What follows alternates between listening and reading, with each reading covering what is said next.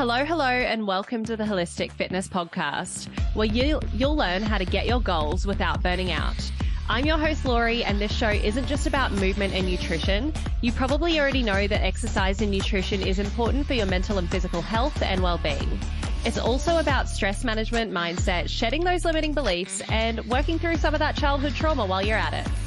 Today, I'm joined by Dr. Pam Denton. Dr. Pam is a visionary entrepreneur, thought leader, neurological reprogramming expert, and a pioneer in the field of business and personal development. As a founder of Set a Higher Pace in Business with the Collective Mind, she has revolutionized the way individuals and organizations approach productivity and growth through team dynamics and cultural evolution. Dr. Pam Denton's journey towards mastery in the world of personal and leadership development began over 25 years ago. Equipped with her background in nervous system evolution and coaching, she embarked on a mission to explore uncharted territories of the human mind. Dr. Pam's pioneering work, The Collective Mind, is founded in brain evolution and health. Derived from years of clinical application and research, this revolutionary method is designed to delve deep into the subconscious mind, where hidden barriers to productivity and growth often reside. By unlocking these mental blocks, Dr. Pam empowers individuals and organizations to manifest their goals and aspirations at an exponential rate. Welcome to the podcast. Thank you so much. So glad to be here. I'm so excited to have you here, Dr. Pam, because I truly believe that a lot of your productivity and I guess feelings of burnout and stuff often come from somewhere deeper. And you have so much experience in those kind of neurological barriers from a scientific standpoint, but also some of, I guess, what people call the soft science standpoint with the subconscious and stuff like that. So I'm very excited to dive in. Yes, there's a lot here. Excuse me. No worries. There's a lot to discuss. Hopefully my voice will join in. That's all right. I had a coughing fit just before we got on. So with you and me together, we might be able to string a sentence together in this podcast. There's always a backstory though. You know, you've got 25 years plus of experience with organizations and individuals, and I'm sure you've learned so much along the way. So can you tell me the backstory or the context that I'd need to know why you've chosen to help people in this specific way? It was my own story. Like for a lot of us in the personal transformation space, we go through our own transformation. And it was truly through movement that I found myself. So as a young girl, I suffered with depression at that point because at this point in my life, we weren't really talking about mental health. So it was one of those things that you had to figure out how to heal yourself on your own.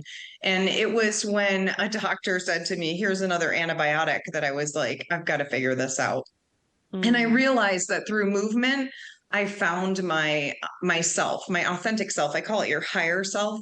And when I was out running in the woods, trail running and moving, I would just find this life force inside of me that told me that I could be better, and it helped me heal my depression. And so when I decided to help other people, I dove deep into the barriers. You know, what had held me back? What made me suffer so much? And I really wanted to extend a hand to other people, especially women, to help women feel empowered in their bodies through movement, breath work, and then it became neurological science. That is so awesome. And I do love that you chose to, and I have a similar story. I suffered from quote unquote clinical depression, but the root cause of it was really a lack of fulfillment in what I was moving towards. I was studying to be a doctor because that's what I felt like I should do. But I was just so depressed during the whole thing because medicine wasn't what I was passionate about per se, or at least I think the practice of medicine, theory of medicine finds easy.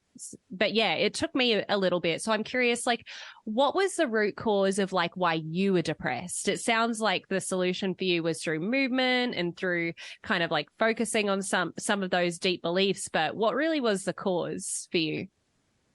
The cause was, I think I just didn't know who I was, like what you were saying. I thought very similar story. My sister decided at a very young age that she was going to be a doctor and went to medical school. And so I was following in her footsteps, like a lot of younger sisters do.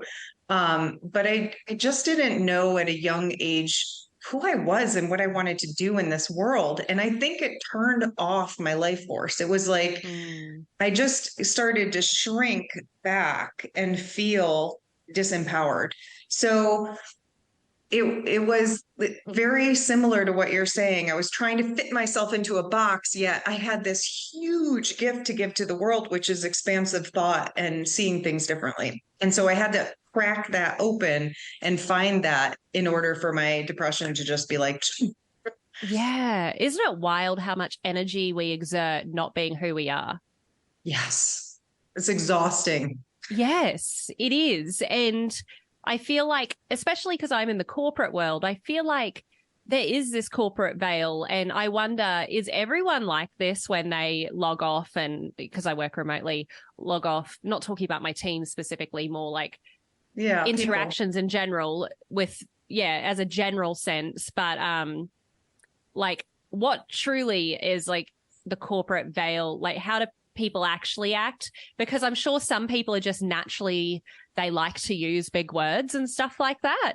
I'm not one of those people, obviously, because I couldn't even say that word properly, properly in English. I prefer to speak like a fifth grader.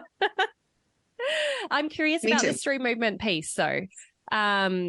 So your solution, really, you started with movement and starting with running. Can you explain a little bit more about that journey and why movement was the first step?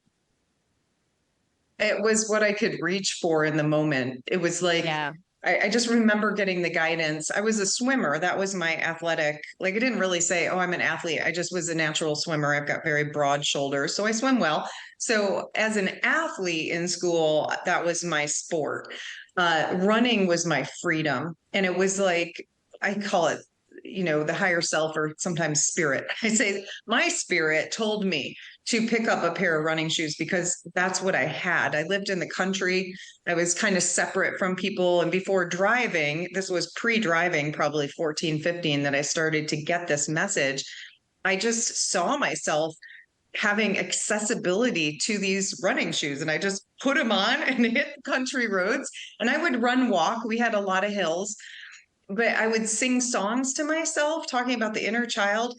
And then those songs started to become like mantras or motivational statements. And then those motivational statements started to become reality. And I realized at a really young age that when we create positive thought through movement, it integrates into your system, into action. So those thoughts, I feel like, became the catalyst to breaking free from my limiting beliefs that I wasn't good enough, that, I was never going to make it. I didn't know who I was. And those more powerful thoughts through movement became my catalyst for growth. But it was the accessibility piece. I want to grab onto that right now and be like, grab what is most accessible to you right now. You can do, because that'll be your breakthrough. When we try to reach so far for a goal, way out in front of us, the subconscious blocks will line up, the limiting beliefs. So let's say I'm 180 pounds and I want to weigh 140 or something.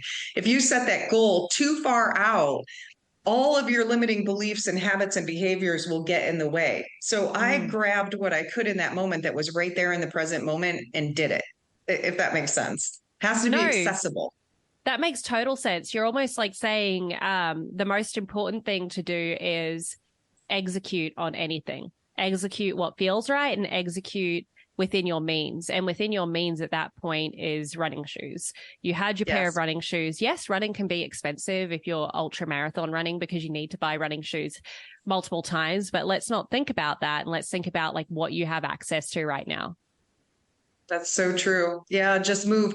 Going back to the corporate piece that you were talking about, we work with executive teams now in the heat of the moment, giving what you were talking about, giving life to people in corporate environments that feel their life force being shut down by delivering like breathing exercises that you can do right in your chair. So we took during the pandemic, when we were all like kind of in lockdown, we realized that people were sitting on Zoom and getting Zoom fatigue. So I built this whole fitness technique called Breathe Fit that you can do right in your chair. And, you don't even have to leave the heat of the moment. And all of our subconscious block, once learned, the techniques are learned, you can do them like while you're in a meeting, before you go into a meeting.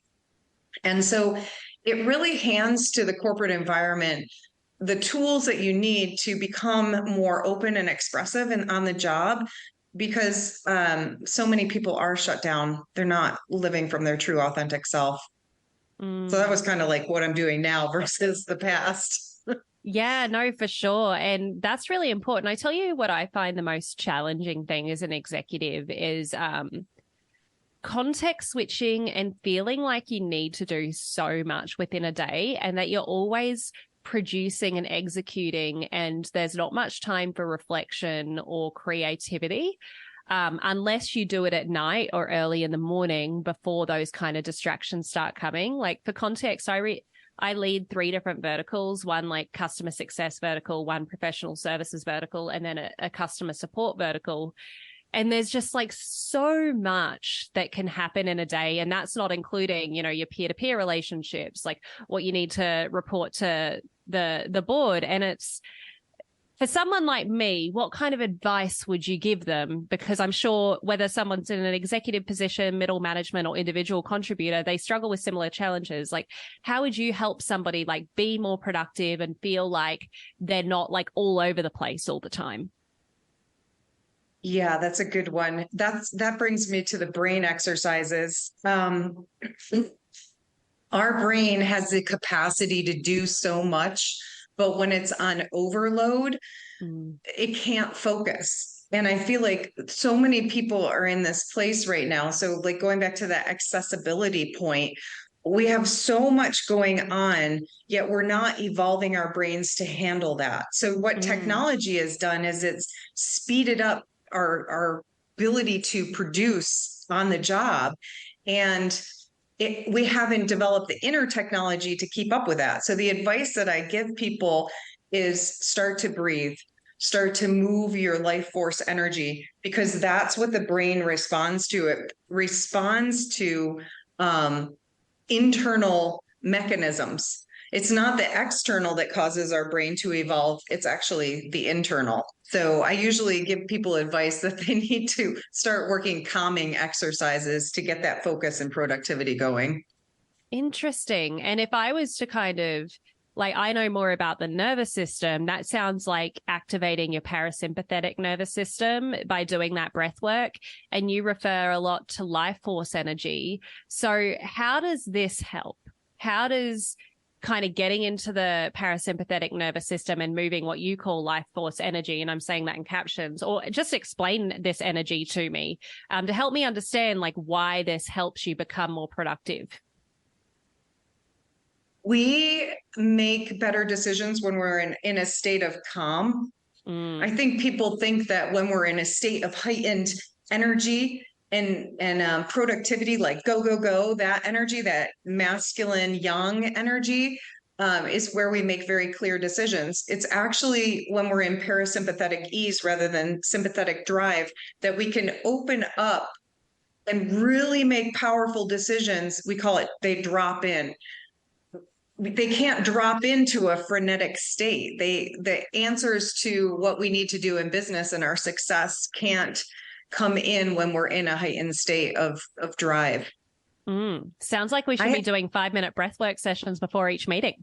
That is breathing breaks. Absolutely. Because when you set the meeting space with a positive, open energy of breathing, it really opens up creativity, collaboration, all of those things.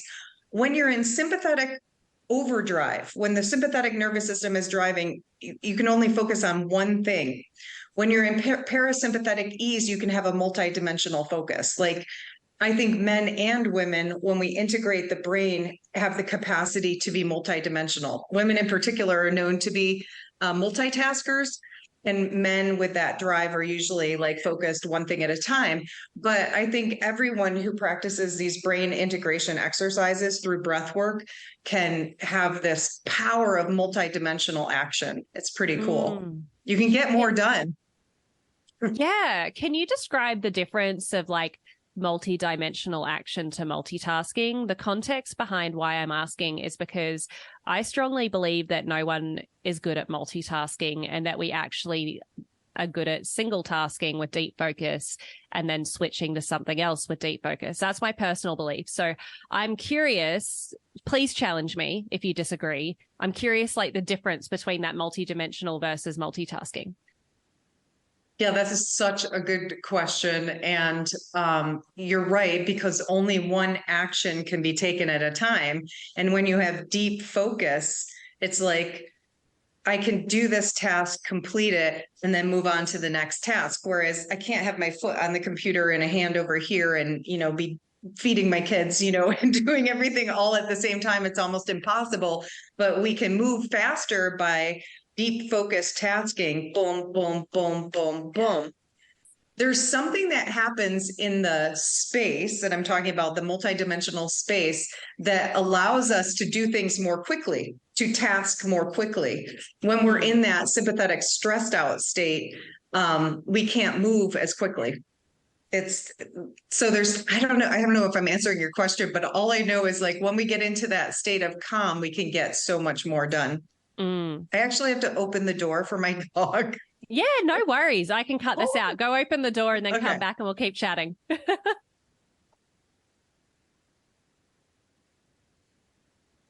All right. He wants to be part of the show. No worries. I would love for him to be a part of the show. So the way I'm interpreting that, Dr. Pam, is like one of the biggest tips I give to my team and to myself is if I'm overwhelmed and I feel like I'm switching too much, it's to close down all my tabs on my computer and only keep that one tab of what my highest focus is. And I find when I'm in that sympathetic space, I'm more likely to want to be reactive to a Slack message or be reactive to a call, and always be in this reactive state. Whereas if I can take a bit of a breather, so to speak, and close down all the tabs and be like, okay, what are my 3 most important things of the day? That's when I feel a lot more progress, because it's like, yes, you're only doing 3 things, but then tomorrow you can do another 3 things and the next day you do another 3 things. So like what you've just said makes total sense to me, because when I'm coming from, I guess, more of a proactive space, which I guess it maybe is more of the parasympathetic, things do get done, even though things feel slow but fast. Yeah. Yeah, you're way more efficient. The brain prioritizes when it has the freedom to do that. So our brain actually holds the priority. And it does the same thing with our body. And I think that's why we're breaking down as humans, because we're not giving our brain enough time to prioritize our healing. And then you have to come in with a Band-Aid and fix it. But it's the same thing with our work. When you have an integrated brain, when you're doing brain exercises through breath work and movement, you're giving your brain the opportunity to create new pathways that are more efficient, that then prioritize. So just as an example of what you're talking about, prioritizing shutting down your tabs, an overloaded brain wouldn't do that. An overloaded brain would keep everything open and just be like, I don't know what I'm doing, but I have to work right now. An integrated open brain that has more neurological pathways of efficiency and prioritization will prioritize in that moment and direct you to close down those tabs and only do 3 things at once. So what I find in my clients is that we don't have enough brain integration. And this kind of brings me into theta breath. There's not enough work that we're doing with our brain pathways as executives, as leaders, as employees, wherever you are on the cycle of work. Most people are not exercising their brain in a multidimensional way to create this space, to give that brain the tools that it needs to prioritize in the moment. Our brain is the prioritizer. That's what I think we've forgotten. It's like, it knows what to do. But if we're not working it, like going into the fitness concept, if we're not working it as a fitness application, it gets neglected and it starts to just get overwhelmed and our priorities get all screwed up and it's a downward spiral. Are you tired of constantly feeling burnt out while trying to achieve your goals? Do you find yourself struggling to maintain motivation and productivity over long periods of time? I'd like to introduce you to the Goal Getting Journal, the ultimate solution for those of you who want to surpass their goals without burning out. Our journal is designed to help you set achievable goals, track your progress, and maintain a healthy work-life balance. With our journal, you'll discover practical strategies for managing stress, staying motivated, and avoiding burnout, including time blocking, habit stacking, and so much more. You'll also learn how to prioritize your tasks and maximize your productivity so you can get more done in less time. The Goal Getting Journal is perfect for anyone who wants to achieve their goals without sacrificing their mental health and well-being. Whether you're an entrepreneur, a student, or just someone who wants to make any positive change in your life, the Goal Getting Journal can help you stay on track and avoid burnout. And for Holistic Fitness podcast listeners, you can get 20% off your first journal using the code HFPodcast. Go to goalgettingjournal.com and type HF podcast at checkout to get your discount. So what are you waiting for? Order the Goal Getting Journal today and start getting your goals without agree with burning you on a out. deep level. You know, my first business, actually my LLC is still named this, but there's brands underneath it, was Brain Boot Camp. Because if you, like, we talk about giving our body a boot camp, but if you don't give your brain a boot camp, yeah, you might get the dream body. But if you've not healed the inner beliefs, you're either going to go back to where you were before, or you're going to hate yourself when you're smaller as well. So you've really got to focus on the root cause as to why you put on the weight, or if you're hating yourself into weight loss, why you're doing that. Because if that's not healed, you're just going to recreate the same patterns either in that area of your life or somewhere else in your life. It'll repattern itself until the brain prioritizes, and you just hit it. And this is my passion. Get those subconscious blocks out of the deep inner brain. There's like this spiral in our brain that holds on to information. And a lot of times it holds on to memories of trauma, but stress is also a trauma. So that part of our brain is holding on to the trauma of stress. And it could be micro stress over time. It could be what we just went through with the pandemic. There are a lot of things that are stored in there. We call it in our mind work a memory card. And so if you can remove that memory card and put a new memory card in, then you've got a brain that's evolving. But you're right, our patterning will go back to the strongest pattern. And a lot of times it's not a track of, there he is, I'm of comfort so glad and your function. dog has joined us. This is awesome. Oxytocin is just like, oh, I want to pet him. Yeah. So anyways, we've got to get those blocks out of the way. Otherwise, the system goes back to the block rather than goes to what you want. You're right. Yeah. And like we go back to that pattern of the block. And I just love helping people remove subconscious blocks. It's like, and you can remove them using breath. We don't even have to go into the story. So many people, I think they're so afraid of going into the story that hurt them or what's stressing them out. With breath work and movement, we can bypass it energetically. All we're doing is alerting the brain to pay attention, to release something, and then sensory neuro reprogram it with a better feeling or pattern or thought. I love that you mentioned that it doesn't always have to be, I guess, thought work, that you have to go into it. And I know when I was starting to get into this work, and I'm sure there's still things that I need to unblock, and I've heard it from others as well. Like, I know that a lot of my, like, quote unquote trauma happened, and I don't know what happened because I was too young. Like, my parents divorced by the time I was 5. And I know there was a lot that kind of went on there, and I was the oldest child type thing. I have no idea what happened though. And I know like some sort of, I know like with kids, if it under 7, the whole divorce thing. And I think, it wasn't necessarily for myself, but I've heard from others, like it's really hard to work through your traumas when you don't know what your traumas are, but you know something happened.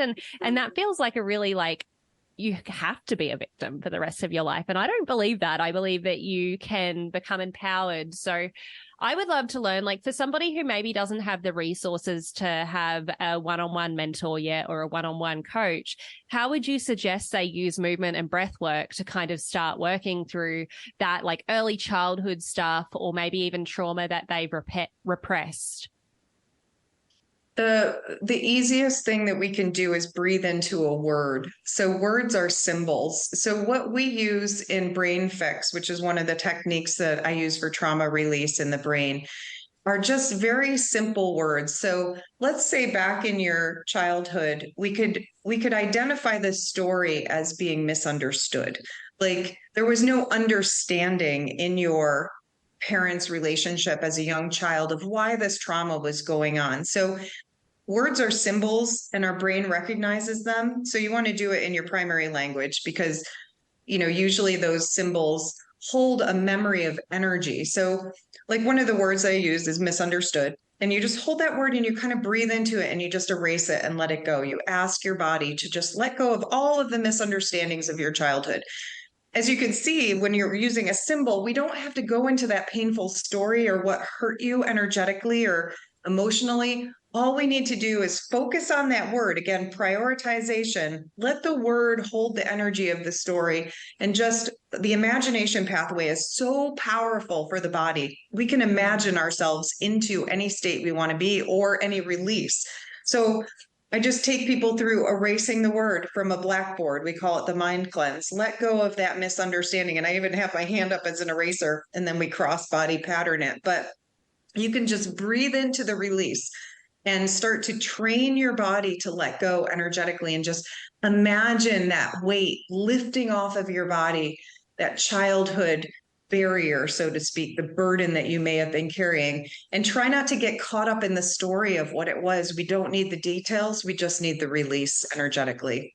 And then it's like, oof, you feel better. And it only takes like 5 to 10 minutes. Sometimes my sessions are only 30 minutes long. And we actually have a system of texts that we send out with breathing exercises that are 5 minutes. It doesn't have to be all consuming of your life. We can work it into, just gently starting 5 to 10 minutes a day, breathing and releasing. But the word is really important as a symbol to unlock it. Another one that we use is mistrusted, misguided. These words of like I was so misunderstood as a child. Nobody got who I was. All right, let's just release that through the word. That's so tangible that people can take away as well, because I think people are pretty good at expressing how they feel, and misunderstood kind of, I know me and other people close to me feeling like a square peg in a round hole. Like, yes. even though people love you and it's like, I don't want to live like a quote unquote normal people, but then how many people actually want to live like a quote unquote normal person? Like how many people have settled versus how many people are actually square pegs and round holes? I think we all kind of are weird in our own way. It's just finding our own people. And that makes sense of like working through that, taking it through the blackboard. And you actually touched on micro habits as well. It doesn't have to be a big 60-minute pranayama, and then moving into meditation. It can be 5 minutes to start and just keep working through it and developing that habit of getting into that space. Yeah. And it is really about developing the habit. What just popped in as I was listening to you talk is the subconscious block a lot of times has built a behavior or personality. And this kind of goes back to the original conversation. And that personality and behavior is going to try to protect you. It's going to try to stop you from doing what really serves your highest interest, which is to be different or out of the box. Or, for me, it's like I'm always seeing the possibility, and I look at other people and they can't even see it. And I'm like, wait, how come you can't see the power of possibility in this? The subconscious block is going to try to keep you safe and stuck. So the biggest thing that anyone can do is just start working the breath. Work the process, work your life force. Your breath sends a signal to your brain and says, I'm alive. I'm here. I'm unique. I am who I'm meant to be. It's our life force. When we take that first breath, when the umbilical cord is cut and, you're on your own, your first emancipation from your parent, it's like, and so the breath holds that memory that, gives power to the body. And then when you work it through, like, I'm going to release all the things that no longer serve me anymore, that are not doing service to me as a human, it's so powerful. We're just breaking through to the other side. But remember that the block will try to stop this because it's trying to protect you. Wow. That makes total sense, because something I was thinking about when you were telling me about putting on your running shoes, I think it's one thing to have the thought or the intuitive hit to put on the running shoes because that's most accessible.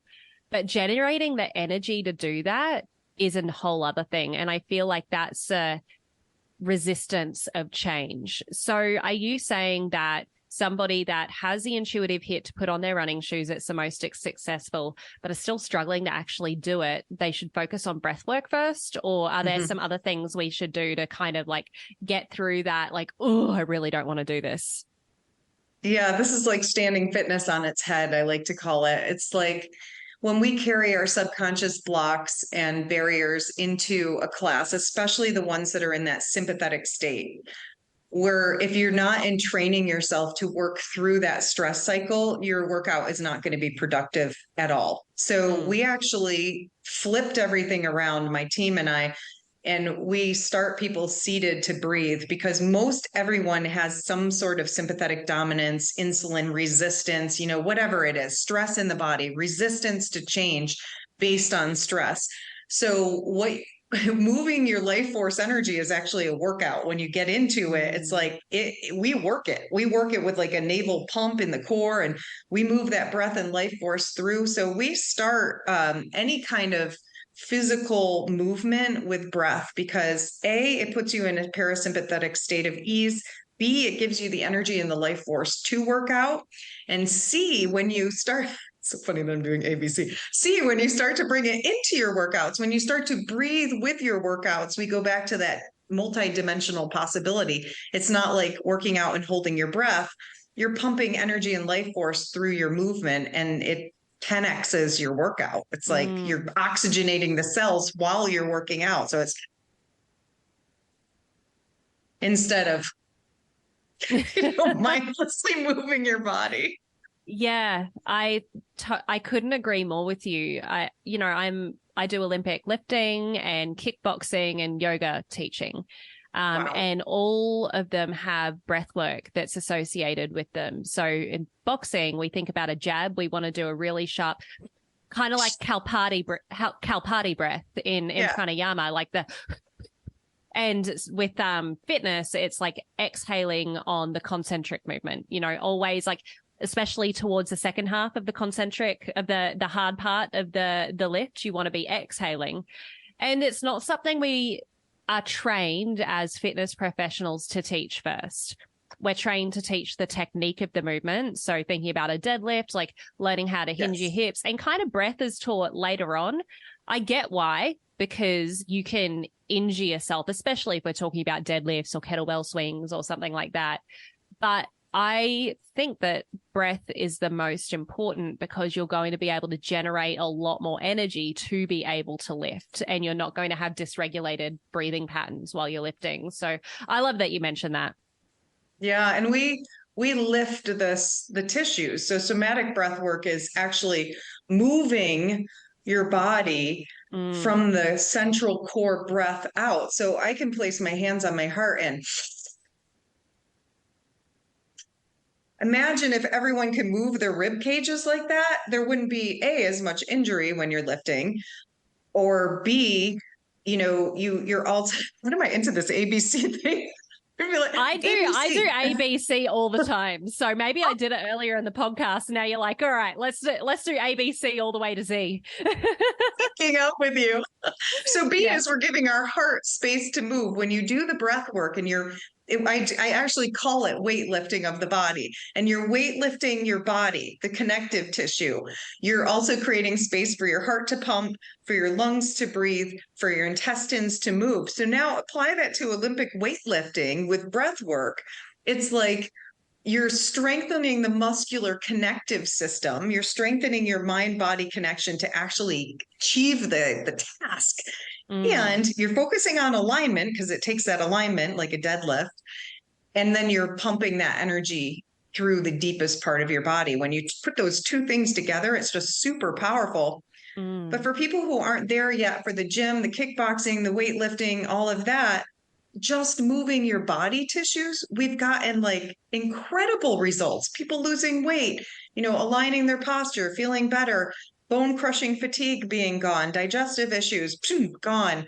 So there's something about this internal pump mechanism that's so important. So I really want to So I'm losing my word, but I really want to reinforce this concept that breath work is weightlifting. That's what I was trying to say. No, and I like this stress management is huge. That's why this whole podcast was started. But I really want to hear in your words, for somebody that says that doesn't make sense because calories in, calories out is what makes you lose weight. What would you say to that statement? The more energy pumped through your body, the higher your metabolism, the more you'll burn calories. Give it a reason to burn. We're igniting the Krebs cycle by pumping oxygen into the mitochondria that then ignites the ATP. So you're giving your body more energy and life force and more metabolic burn. I love that highly scientific answer. So for people listening that have heard me speak before, basically when I say weightlifting is really important because it helps you have more muscle cells and muscle cells burn more, that's because they have lots of mitochondria. So basically what you're saying, Dr. Pam, is like you can also kind of activate those muscle cells and release ATP, get that whole cycle starting through breath work. And that's why it's so important. Yeah, it's amazing. Like we actually have a metabolic burn class that we teach, and it has a lot of like martial arts. We have speed boxer, but it's like these energetic vibrational movements with breath pumped through.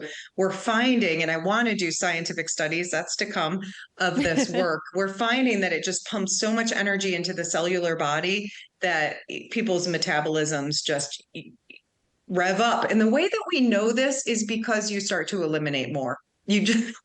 My cousin and I have this joke. She's helped me bring this workout into the world. And we're like, excuse us, we have to go to the bathroom before we start this call. You just start eliminating more and you know that your body's burning through it. It's like getting rid of the waste. So there's something going on biochemically when you're running to the bathroom to eliminate when you start breath work.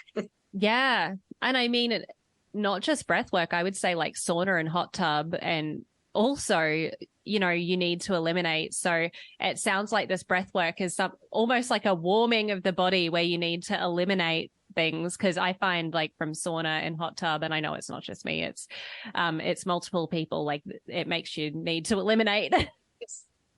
Elimination is good. And that's like the key of what we're talking about. Let it go. Let go of the subconscious blocks. Let go of the energy that no longer serves you. Let go of the stories that are holding you stuck. It feels good to let go and let go of poop. Yes. Ask people all the time, are you eliminating? Oh yeah, I'm fine every day. Oh, I haven't gone in 4 days. And I'm like, oh my gosh, like, 3 times a day.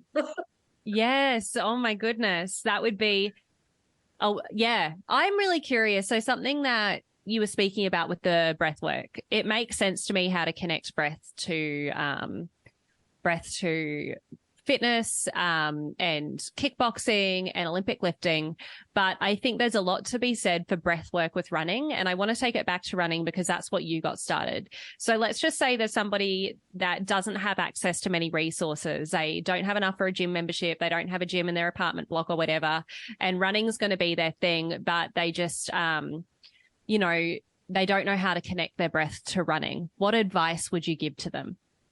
I love that. Because I have worked with a lot of runners and triathletes.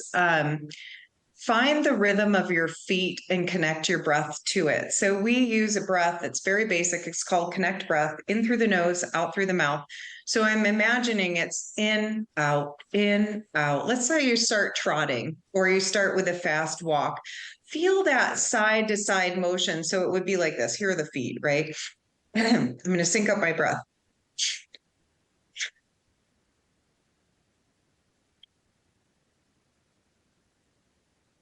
And then that would go into a breath of fire, which is kind of fun to play with when you're running, but it's in and out through the nose. And then try what we call a detox breath, which is a breath hold.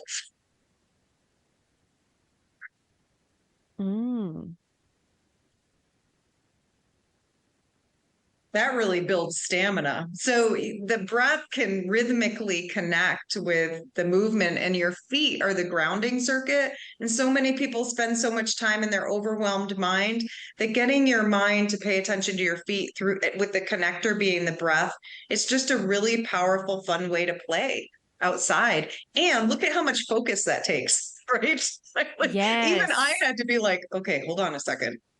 Yeah. What's the cadence of my feet to the cadence of my breath? Yeah. And we start in the chair a lot of times with what's called foot drum. So it's up, down, up, down, up, down. And then we synchronize the breath. And then somebody could take that out on the trail. So you can start seated, and we even do fast feet, which is a really fitnessy, way to move your feet. And then we add in the breath. So you're building the focus of your brain to your body. You're doing it affordably and effectively. You don't need a lot of equipment. You don't need a lot of money. You can start today, and it only takes 5 to 10 minutes. Hey, Holistic Fitness fam, a quick message from one of our sponsors, Ned. As you all know, I recommend good nutrition, movement, and stress management practices before supplementing, so you know what type of supplementation that your body actually needs. For me, I supplement with very few products, but Ned is one of them. I'm a type A, high energy, ambitious business girly with massive goals. And sometimes I honestly just need to chill out and relax a bit. I've found that both Ned's de-stress and sleep blends fit in with my busy lifestyle and ambitious goals, but I was honestly not a big fan of CBD products before trying Ned, mostly because of the culture surrounding weed. I just didn't want something that was going to alter my state of mind so that I became much less of a goal-getter or less ambitious. That was until I learned about full spectrum hemp and their benefits. Ned blends are chock full of premium CBD and a full spectrum hemp of active cannabinoids. Ned's full spectrum hemp oil nourishes the body's endocannabinoid system to offer functional support for stress, sleep, inflammation, and balance. These products are science-backed, nature-based solutions that offer an alternative to prescription and over-the-counter drugs. All of Ned's full spectrum hemp oil is extracted from USDA certified organic hemp plants grown by an independent farmer named Jonathan in Colorado. I'm obviously a big fan, but don't take just my word for it. Ned CBD products have over 2,000 5-star reviews, and they work with incredible partners in the medical field like Dr. Caroline Leaf, Dr. Christian Gonzalez, and Dr. Will Cole. Ned is providing Holistic Fitness podcast listeners a very special discount. If you'd like to give Ned a try, listeners get 15% off Ned products with the code LORILEE, LORILEE. Thanks, Ned, for sponsoring the show and offering a natural remedy to bring balance to so many people's well-being. That makes total sense. That's like something that's so tangible today, like measure the cadence of your feet, connect the cadence of your breath, whether it's in and out through the nose or in, hold, and then out, or in through the nose and out through the mouth. You've got 3 different techniques, but also to what you were saying earlier, put on an empowering playlist that helps you feel powerful. Let's just say you're wanting to bring in more money. Maybe you have money songs. Let's just say you're wanting to just feel empowered after maybe a relationship breakup. You've got songs along that kind of realm. That's a great idea. You can kind of put all 3 together. Yeah. Yeah, have that music going that empowers you. Or we always say the music is your breath. And you can also just add in a statement. I'm releasing lack. I'm releasing lack. I'm releasing lack. Always have the replacement to the release. I'm calling in more money. I'm calling in more money. I have more money. I have more money. And when you combine movement, breath, and that statement, that triad sends a signal to the inner brain. And this is our magnetic mind, where we start to magnetize it into our life. So then you just let the universe take care of the rest, because you've got your soul in alignment with what you want through breath, through movement, through statement or music, and you're rhythmically aligning your body. And then that rhythm will come back to you. Our nervous system is so brilliant. It will actually send out a signal and start to pull it in towards you, because you've now let yourself be in alignment. That makes total sense. Yeah. And I love that you mentioned those 3 kind of things in a triangle. Something I've noticed you do quite a bit throughout this podcast is this symbol of crossing. symbol of crossing at the brain or whether in the body, and you've spoken about cross a couple of times. So can you let me know like what you mean by, it seems like some sort of symbol for integrating, like when you talk about going across, what do you mean? Yeah, so cross-body patterning is how we get the brain, the both sides of the brain to work together. And we call the integration point the magnetic point. Our spiritual people out there are going to call it the intuition, the pineal gland, the amygdala, the hippocampus, I call it the deepest, wisest part of our brain. I feel like it's been left behind and kind of given a bad rap. And this is where I want my scientific studies to be, of the amygdala and reprogramming our memory system. I do believe this part of our brain, it's a spiral and it connects. But there's also, just on the basic level, the corpus callosum. A lot of us just use one side of the brain or the other, and our life becomes very unbalanced. And we even label ourselves this, like, oh, he's super analytical and she's super creative. But what if we brought this all together? And that's why I always do this, to feel the center of our being. So when we cross-body pattern, it's an erasing of all the distractions and disturbances that are in our soul. And it just kind of, when you do this cross-body patterning, whether it's reaching across like this and breathing, or alternate nostril breath, or whatever it takes, there's this convergence that happens. This is how we get ourselves into a theta state, where the subconscious and the conscious merge. It's such a powerful place, and you feel peaceful, and anything can happen in your favor. It's just fantastic. So we're advancing our work at Positive Evolution to include this theta space breath, where we do this cross-body patterning and opening up of the breath channel, because it is the space that you can manifest whatever you want in your life. Wow. It's so powerful. For people that haven't heard about brainwave states, can you explain what the theta brainwave is? The theta brainwave is a frequency that is a peaceful frequency. It takes the body into a state of peace. It's usually deep sleep or right before you wake up. And it is this space of REM, REM sleep space, where you can feel just ultimately peaceful. And when going back to what you were saying about parasympathetic ease, and I was saying, yes, that's the space of calm where you can receive what you want and make powerful decisions. This theta state, when we invoke it, is also that space that we want to get people to make powerful decisions. It's like the answers in theta, when you're in that space, just appear. So people used to pay me to go into theta. I place my hands on their nervous system. As a chiropractor, I did this very light force technique. And I'd receive this information and it would download into me, and I'd be like, oh, your right hip needs X, Y, and Z. Well, then I decided, why am I doing this for people? Let me teach people how to get into this state where the answers come for their own body. And that's when I advanced my work. I was like, I didn't want to fix them. I wanted them to do it themselves and empower themselves. So all of our breath work came from that, receiving the answers from a deep state of peace.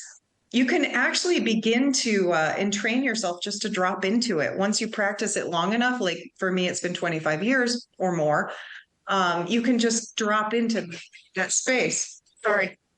No, that's all right. We love that the dog's joined. It's actually my favorite thing at work when someone's dog joins the Zoom meeting. Apparently it's unprofessional, but in my opinion, it's the best. Oh, yeah, now just not. Whatever. Do you need to let the dog out? Hold on. Let's see. Okie dokes.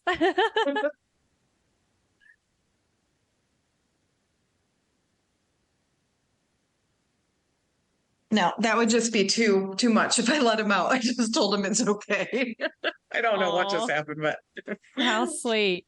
I am curious about this dropping into this state. I've lost my train of thought and what I was going to ask you now. Dropping into the theta state, and then Kona went, I was so in it. I was like describing it, and then he barked, and I was like jolted out of it. What's the reason? No, I think I've lost what I've got, but it doesn't matter. It mustn't have been something that I'm really like it. I mean, everything happens for a reason kind of girly. Yeah. You were talking about, you love it when people at work are in that place, I thought. No, I was talking about that with the dog. Oh. No worries. All good. I'll ask you my last question that I usually ask people. I'll cut out this bit. I'll ask you my question that I usually ask people, and whatever is needed to hear will be heard. Okay, let's do it. So we've spoken about a lot on this podcast. I personally found you really interesting and inspiring, and I love that everything you say is backed in science. I'm sure you have a lot more wisdom to share. So create your own question. What have you not shared today that you really wanted to share with the audience? Oh gosh. I think it's the continuum of where we landed, which is the most advanced part of this work, but don't be scared by the word advanced. It actually means it's amazing. It's like this state of being, like, I just feel like this theta state, the brainwave state, access through breath, meditation, and movement is such a powerful place to explore. Allow yourself to explore something different. Like, I want to loop back around to my story of how depressed I was. I mean, I had hit the wall of like no return. And I thought that life was just not worth living. And I feel like a lot of us, I'm like getting teary-eyed talking about this. I feel like a lot of us are at that wall right now. And I just want people to know that there's help. You know, there's hope.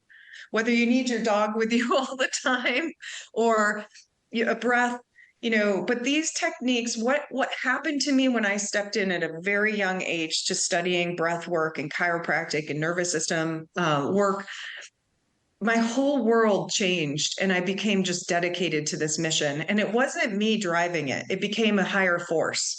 And so isn't that what gives us hope when we realize that the world is actually working in our favor? It's like that there is a higher power or our higher self, or that our soul has a mission and a reason for being here. We all have a reason and a purpose for being here. And if people on this show, listening to this show, feel hopeless or stressed out or overwhelmed or burned out, trust me, this work can bring you back. And it doesn't have to be hard. It doesn't have to be a struggle. We can actually have fun doing it.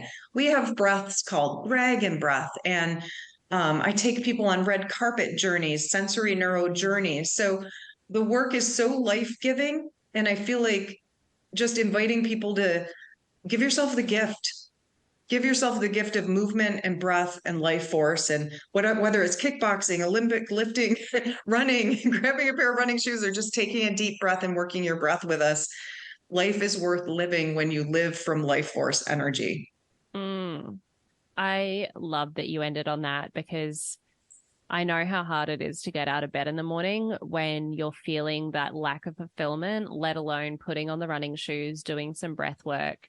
And you really are a testament of like things can change, and it doesn't have to be this crazy advanced thing. It can be 5 minutes every day. And eventually you get to a place where you are like so passionate about life because you're living from that life force energy. And I don't know. I just think that's a really nice message to end on. I do too. It's live the life force and the life force will live you. I've loved speaking with you today. Just learned a whole bunch about you, and as like a science girly, but also like believes in spiritual stuff. Like I just love that you come from both kind of worlds, and I'm sure that a lot of people listening are connecting with you as well. So where can we learn more about your consulting? Where can we get in touch with you on the socials? My best place to get in touch with me right now is LinkedIn. I'm really focusing on LinkedIn. So Dr. Pam Denton on LinkedIn. Make sure to follow me, connect with me, send me a message. I do have a Facebook page that I'm pretty active on, Dr. Pam Denton as well. And I spend less time on Instagram and TikTok, but you can always find me through Positive Evolution Consulting. All of my links are on my website, positiveevolutionconsulting.com. And we do have some amazing programs coming up. I've got the Magnetic Mind, which is working all of these techniques meticulously, slowly, one after the other to, bring your life force on and turn on this brain patterning, the theta state that invites amazing things into your life. Wonderful. Well, we'll definitely share that in the show notes as well, so people can connect with you on LinkedIn and also get in touch with you about your course as well that's coming up. Thanks so much for joining, Dr. Pam. I really enjoyed chatting. Thank you, Lori. And for everyone listening at home or in the car or on your run, who knows what you're doing? Thank you so much for tuning in for the Holistic Fitness Podcast. Eat well, move well, breathe well. And until next time, keep shining.